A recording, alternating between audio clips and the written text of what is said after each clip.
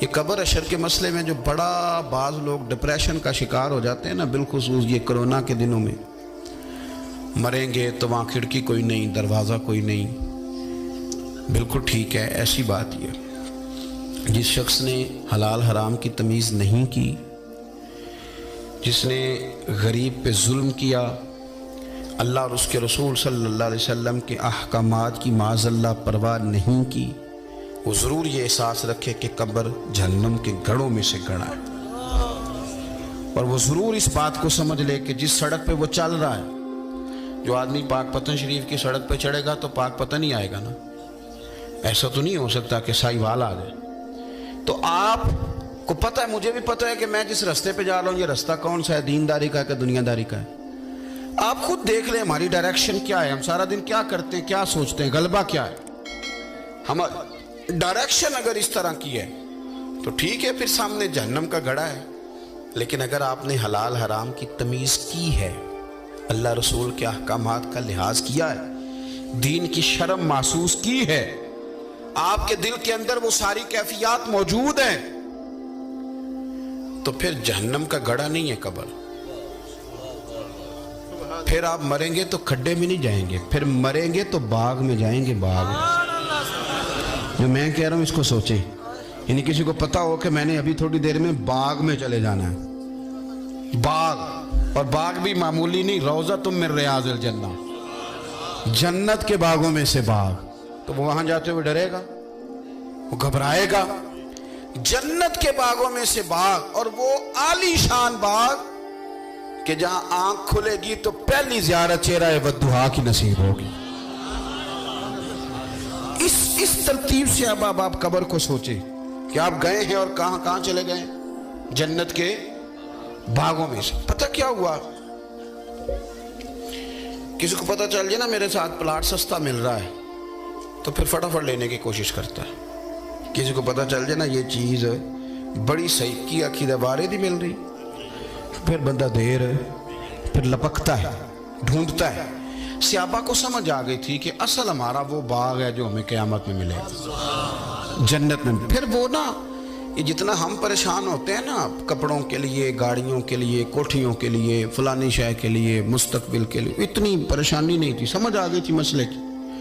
انہیں پتا تھا مسافر ہیں، اور مسافر جو ہوتے ہیں وہ ایئرپورٹ پہ جگہ نہیں خریدتے، وہ بس سٹاپ پہ وہ جگہ نہیں خریدتے، وہ ٹرین کے ریلوے اسٹیشن پہ جگہ نہیں خریدتے، انہیں پتہ ہوتا ہے کہ پہلی ٹرین سے چلے جانا ہے۔ وہ آگے جہاں مستقل قیام ہوتا ہے وہاں بندوبست کرتے ہیں۔ ہمارا یہ مسئلہ ہے کہ ہمیں وہ انشراح صدر عقیدے کی مضبوطی چاہیے جو حضور نے داعی اللہ کی شان کے ساتھ ہمیں دی ہے۔ ایک حدیث بخاری کی سنیں تاکہ ہمارا مضمون مکمل ہو۔ صحابہ کرام فرماتے ہیں ایک عورت مرگی کی مریض تھی، وہ حضور کی بارگاہ میں حاضر ہوئی، اس نے بڑے درد سے رو کے کہا کہ یا رسول اللہ صلی اللہ علیہ وسلم مجھے مرگی ہے، حضور میں بڑی تکلیف میں ہوں، میرے لیے دعا کر دیں۔ مرگی کا مرض بڑا پریشانی والا ہوتا ہے، انسان کا جسم بھی کام کرنا چھوڑ جاتا ہے، ذہن بھی، بے ہوش ہو جاتا ہے بندہ، اعصاب بھی کنٹرول کرتا ہے، وجود بھی۔ اب بڑی پریشانی کی بات تھی، اور پھر عورت کے اندر حوصلہ بھی کم ہوتا ہے۔ اس نے عرض کی حضور مرگی کی مریضہ ہوں، میرے لیے دعا کریں۔ حضور سب کے لیے دعائیں کرتے ہیں، لیکن آج انوکھی بات ارشاد فرمائی، فرمایا اگر تو کہے تو میں دعا کروں اللہ تجھے شفا دے، اور فرمایا اگر تو کرے صبر۔ یہ بخاری ہے۔ معنی کیا ہے؟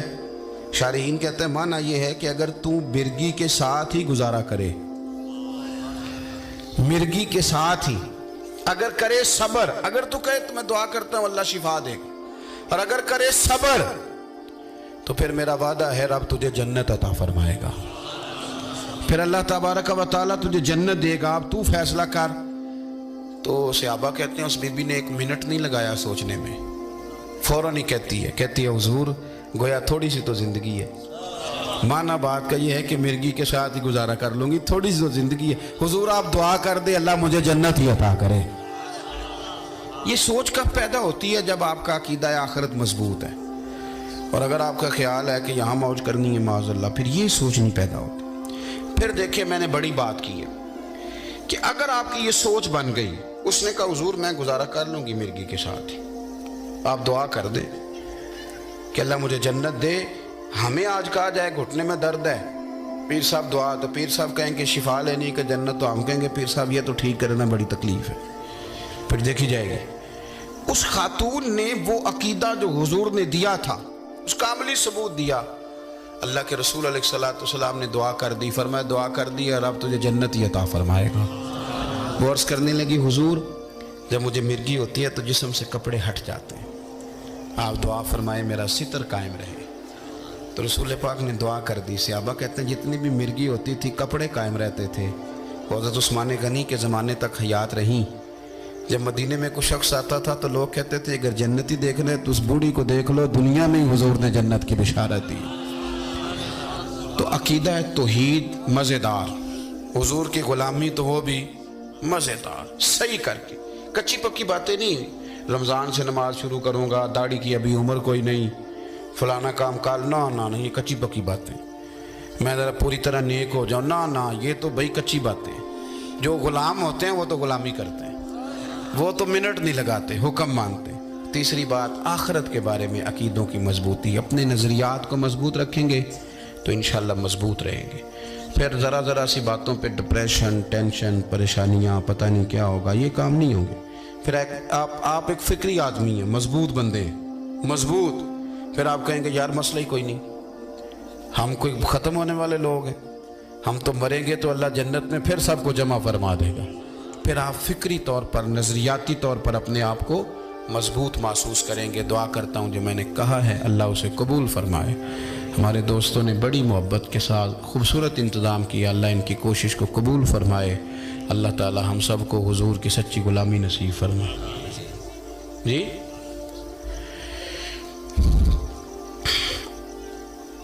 والدین کے حوالے سے نا میری رائے یہ ہے کہ والدین کی کچھ ہستیاں زندگی میں ایسی ہوتی ہیں جن کے بارے میں بندہ طے کر لیتا ہے کہ یہ جس طرح کہیں گے میں نے ویسے ہی کرنا ہے. استاد صاحب کے اندر کچھ ساری خوبیاں تو نہیں نہ ہوتی، خامیاں بھی تو ہوتی ہیں نا، پر طے کر لیتے ہیں نا کہ استاد جی ہیں، ان کو کہنا کچھ نہیں، جو کہیں گے وہ کرنا ہے. شیخ کے بارے میں، مرشد کے بارے میں طے کر لیتے ہیں نا، اور کرنا بھی چاہیے. حالانکہ فرشتے تو نہیں نا، انسان ہی ہے. تو ماں باپ کے بارے میں طے کر لیں، طے کہ یہ جو کہیں گے میں نے ماننا ہے. شریعت کے دائرے کے اندر یہ جو کہیں گے، اللہ کی نافرمانی کا حکم دیں تو پھر تو جائز ہی نہیں نا. دائرہ دین کے اندر جو کہیں گے میں نے وہ. دلیل کیا ہے؟ ایک صحابی نے پوچھا یا رسول اللہ صلی اللہ علیہ وسلم میرے والد مجھ سے پیسے مانگتے ہیں. شارحین حدیث کہتے ہیں کہ یہ نا ان کے اپنے کمائے ہوئے پیسے تھے. معنی یہ ہے کہ انہوں نے خود کمائے تھے، وراثت کے نہیں. مانگتے ہیں کہ حضور میرے والد طلب کرتے ہیں تو حکم کیا ہے؟ اب یہ سوال تھا نا، تو جواب اس کا یہ تھا کہ ابا جی کو پیسے دے دو. لیکن حضور نے جو تربیت کی وہ کیا کی؟ اس نے کہا حضور میرے ابا جی پیسے مانگتے ہیں، حکم کیا ہے؟ تو نبی پاک نے فرمایا انت و مالک، تو بھی اور تیرا مال بھی، لی ابھی کا سارا کچھ ہی تیرے ابے کا ہے. تو بھی والد کا ہے، تیرا مال بھی تیرے. اللہ کرے سمجھ آیا آپ کو. یہ نہیں فرمایا دے دے، او فرمایا ہے ہی اس کا. تو یہ کیا کہہ رہا ہے کہ ابا مجھ سے مانگتا ہے، جب تو اپنے ابا جی کہے تو تیرا مال بھی تیرے ابا جی کا. تو ماں باپ کے لیے نا بازو پھیلائیں اور رویہ نرم کریں، اور ماں باپ سے سیکھیں. میرے ابا جی سائن نہیں کر سکتے تھے، والدہ سائن نہیں. میں دوستوں سے کہتا ہوں مجھے کبھی موقع ملا تو میں جلدوں میں کتاب لکھ سکتا ہوں اپنے والدین. آپ سیکھنے کا ارادہ تو کریں. اس طرح اللہ تعالیٰ آپ کے حصے کی شفقت ماں باپ کو دے کے بھیجتا ہے نا، ان کے دل میں رکھ دیتا ہے اولاد. اسی طرح بچوں کی تربیت کے لیے اللہ شوق بھی ان کی دل میں دے کے بھیجتا ہے. تو خدا نے وہ کتنا بھی بڑا آدمی کیوں نہ ہو، جو کچھ وہ ماں باپ سے سیکھ سکتا ہے کسی اور سے سیکھ سکتا. بس اپنے دل کو کھلا کریں. اللہ تعالیٰ توفیق عمل عطا فرمائے. سلام ہوگا اور حضرت پیر صاحب کی بلا پھر دعا فرمائیں گے. آخر دعویٰ